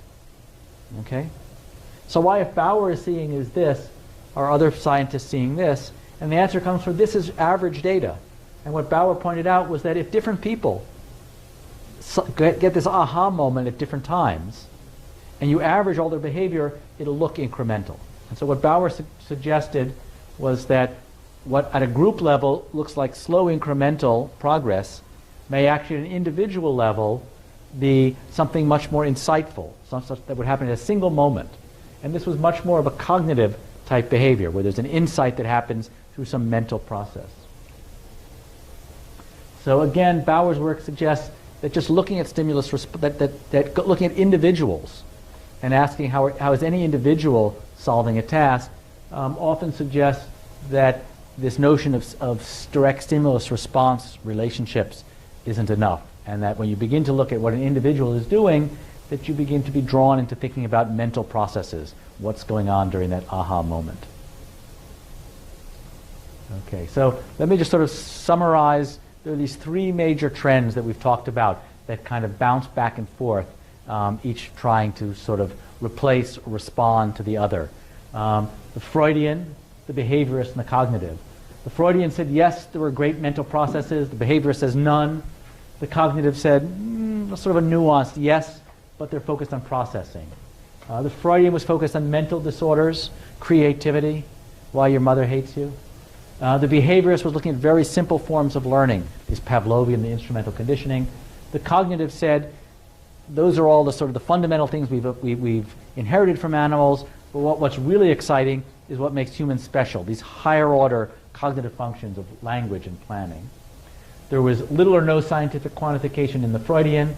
There was lots of it in the behaviorist. The cognitive tried to sort of get the best of both worlds, to take the observable behavioral quantification, the sort of the hard science approach of behaviorism, but to begin to bring in some of these higher mental topics that have been thrown out by behaviorism. Freudians, nobody put a rat on a couch. Okay, there was really no interest in animals. There was no sense that anything that animals did was relevant to Freudian approaches to psychology. The behaviorist said animals are just like any other, humans are just like any other animal, therefore they view them as equivalent. The cognitive approach, again, sort of took a more nuanced. It said, like the behaviorist, we can learn a lot from animals, but there is in fact a whole level of cognitive functioning that's special in humans that we don't see in animals. Motivation. Freudian was all about motivation, okay, the subconscious conflicts. Behaviorism said the only motivation is to seek reward and avoid punishment, okay? And the cognitives took, again, a more nuanced view. It said, yes, reward and punishment are critical, but we also have intrinsic drives to understand and model our world. The brain, okay, the brain was viewed as trying to keep the id in check, the sort of the bad problems that you had. The behaviorist said the brain is just like a big wiring that allows you to randomly connect any stimulus to response. The cognitive approach viewed the brain as a mechanism to try to understand the world and build models that allow us to have the kinds of effective behaviors. So we see, throughout history, from the Freudian to the behaviorism to the cognitive, that they're sort of you're throwing certain things out, the sort of the proverbial throw out the baby with the bathwater, and then you're saying no, actually a little bit of what we threw out might actually be useful, but if incorporated in ways that are a bit more selective than in the past. So let me summarize. Behaviorism improved the rigor of psychology. Its exclusive focus was on behavior was too narrow. The cognitive drew inspiration from computer technology to expand the horizons for psychological They reintroduced mental processes, but in a rigorous way. They focused on behaviors and processes that humans are specialized for, language, reasoning, planning, and they accepted that there's an intrinsic motivation to learn and remember above and beyond the reinforcement from the law of effect. And some of the figures to know about are Estes, who introduced many mathematical models, Bauer, who talked more about mechanisms of cognitive insight, and Miller, who introduced some of these ways of assessing and measuring memory. And I haven't talked about David Rumelhart, who was sort of one of the later figures, and who introduced the connectionist modeling that built on William James. We'll talk more about him in some of the later lectures. So I'm going to skip over this. So there are 4 themes that you should be aware of that sort of stretch not only throughout this lecture, throughout history, but we'll see again and again in some of the lectures to come. The first is, how do we learn to link 2 sensations in our mind? Gary Larson, in a Far Side cartoon, talked about 2 amoebas, or saying one to the other, stimulus, response, don't you ever think? Okay? So this really captured sort of the cognitive approach to the behaviorists, that it wasn't just stimulus response. We want to understand thinking. So how do we linking sensations in our mind? That's a theme that we see throughout all that will happen in this course. To what extent is our behavior determined by our biological inheritance, nature, versus they're being shaped by our life experiences, nurture? This is the table we saw earlier. You see a lot of the people that we've talked about, from Plato and Aristotle through Thorndike and Galton, can be understood as trying to sort of understand the interactions between nature and nurture. This understanding these interactions continues through today, through a lot of the research we'll see over the semester. Can the psychological study of the mind be a rigorous scientific endeavor held to the same standards as the physical sciences?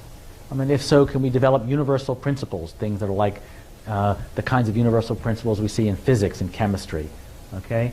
And we see throughout history that there's a constant attempt to borrow ideas from prevailing technologies that give us sort of metaphors and methods for understanding psychology and trying to bring to it some of the rigor that we see in the physical sciences. And finally, a theme that connects before, as we saw in the little movie clip, that Darwin was very fearful of being pilloried. In fact, he was. This was a cartoon that appeared in a newspaper during Darwin's life, ridiculing him as being a monkey. It's always a very controversial. We always want to know, to what extent do we share things in animals? To what extent are we different? We're more than a rat, but we share much in common. And a lot of the research that in learning and memory now is very much an interplay. There used to be courses in animal learning, there still are in some places, and courses in human memory. Here we bring these together because we want to understand the ways in which the animal learning processes and animal memory are related to human, but also how they're different. So let me just sort of summarize. People say, well, what's going to be on the test? Okay, so another way of saying is that what were the objectives of this lecture? So these were my objectives, that you should understand from the philosophy of psychology, you should understand something about tips to improve memory, Aristotle's view of associationism and his three principles. You should be able to compare and contrast the empirist and nativist schools of thought. You should understand Descartes' concept of dualism and his theory of reflexes, Locke's contribution to empiricism, and William James' concept of associationism. That's what I'd like you to take away from that section. From evolution and natural selection, you should be able to describe the theory of evolution. I didn't talk about Lamarck here, but it comes up in the textbook. Explain the theory of natural selection and how Charles Darwin arrived at this theory. Describe the interrelationship between learning and evolution, and identify Galton's contributions to psychology and to an evolutionary approach to behavior. The birth of experimental psychology, you should be able to describe Ebbinghaus's early experiments on forgetting. You should be able to apply basic experimental terminology and understand independent variables, dependent variables, and bias in psychological studies.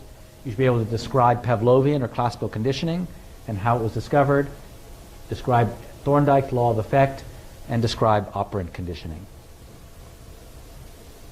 Behaviorism, you should be able to define it and explain it, characterize what Watson's contributions were. We didn't talk much about Clark Hull, but that's in the textbook. Identify Skinner's approach and his sort of behaviorism and some of his contributions, and talk about Tolman's concept of latent learning and cognitive maps, and how it created a transitional approach between behaviorism and cognitive psychology. And the cognitive approach, you should be able to define it, describe Estes' mathematical theories, that's a little bit more details in the book, explain his stimulus sampling theory, insight learning and why it's important to focus on individuals rather than just look at group means, Miller's information theory, where this notion of a capacity limit came from, and the magical number 7. I didn't talk about either Herb Simon or David Rumelhart here. This was sort of some of the later cognitive approaches with sort of modeling, but you can read about those in the textbook and pick up on that. And in particular, compare some of their approaches, the Miller and Rumelhart, to some of the earlier approaches in cognitive psychology, the symbol manipulation versus which was of Herb Simon, versus this connectionist network approach of Rumelhart, which essentially drew on and formalized some of William James, and before that Aristotle's notion about associations as a building block. So that's the summary of the objectives. Most of this I've covered in the lecture. A few of the items you'll need to go back to the textbook. Okay, so now let's take another piece of paper. We're going to end with a quiz, and this actually should have enough here. Okay, to pass these out. Are the tests do they count for your grade? Multiple and open-ended, or how do they work? The exams, there'll be a mix of everything. Everyone should have a little piece of paper. This is actually going to turn back in. You're actually being graded here. There'll be a quiz every day on your retention. on what you've learned immediately. There might also be a quiz when you show up next week for what you've retained here. This will be like remember with the Ebbinghaus? There was a quiz immediately and a quiz later. Okay? So does everybody have a little piece of paper?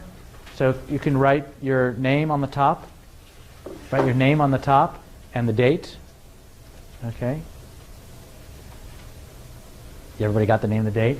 So let's just go through. We're gonna take the quiz and we're gonna grade it here. Okay?